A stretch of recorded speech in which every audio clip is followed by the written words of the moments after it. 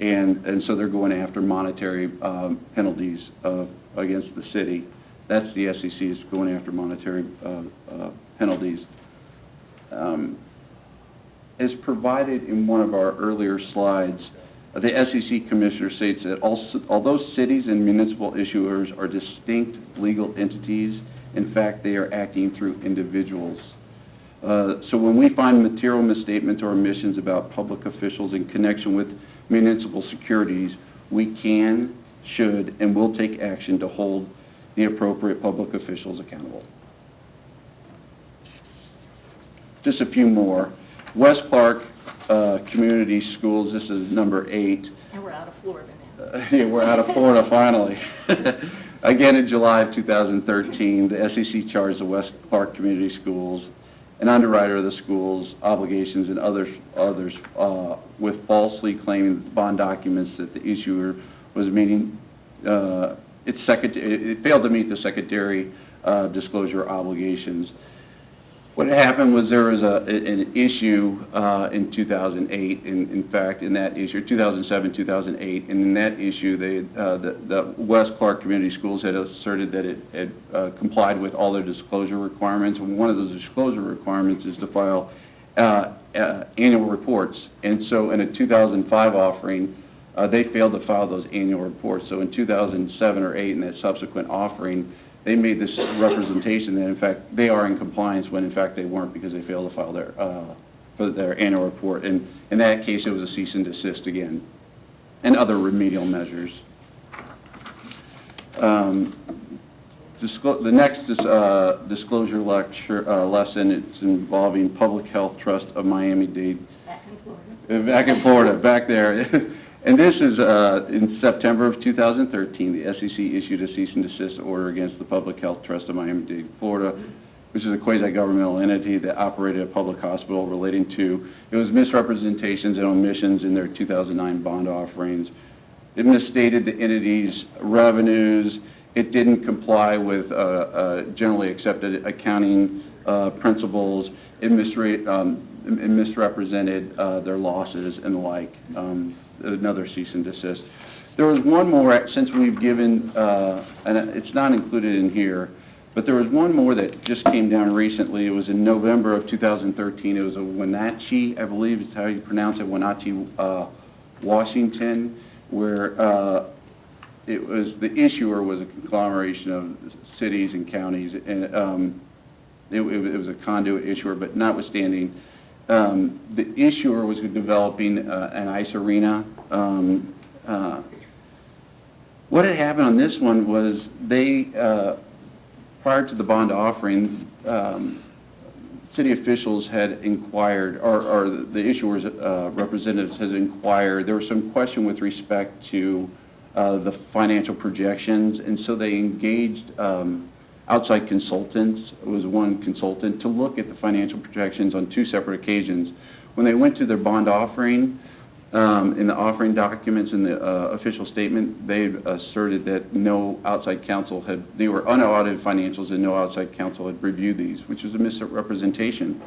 And that independent consultant was stating that the financial projections were not going to meet, they were not going to be able to service the bonds, the debt on the bonds. There were also some other significant factors that came into play. One was that the civic leaders within the community said, our community is going to support this arena.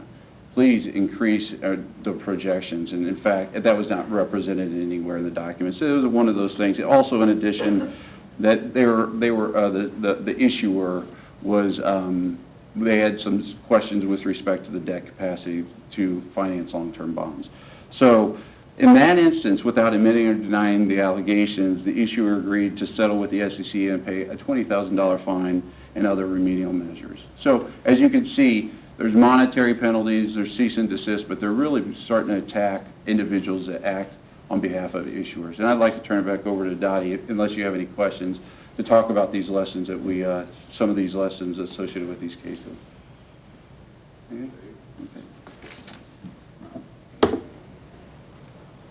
And you probably have kind of surmised from what Joe has been describing here that the SEC is going to look at a variety of factors when they start investigating. The issuer. And one, I need to tell you that even though he mentioned however many matters that specifically have risen to the level of being either a lawsuit or a cease and desist order, SEC investigations generally are confidential. So there are lots of clients, lots of issuers out there that have been investigated.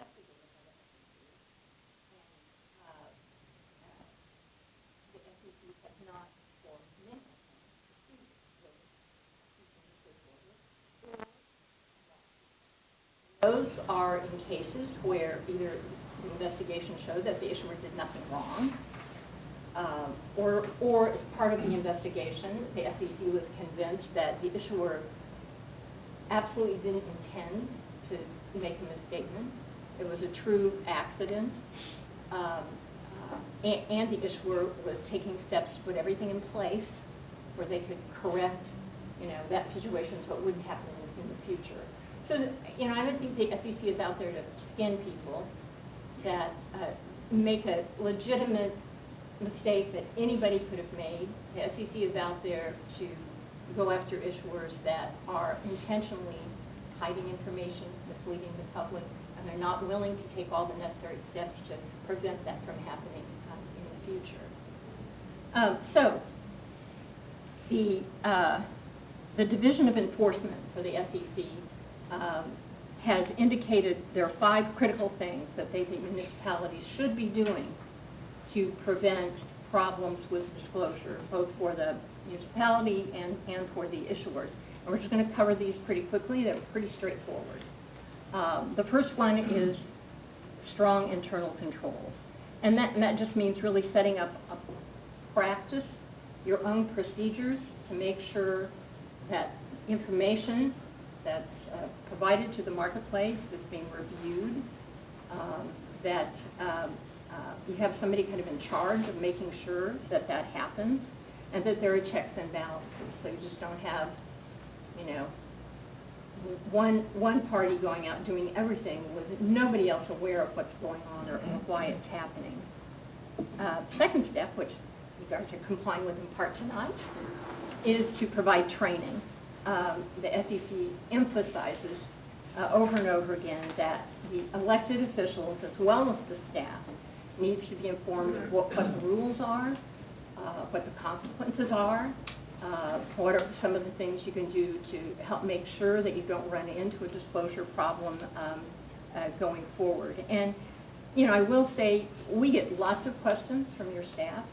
They try hard to stay on top of what their requirements are and to make sure that they're doing their job right.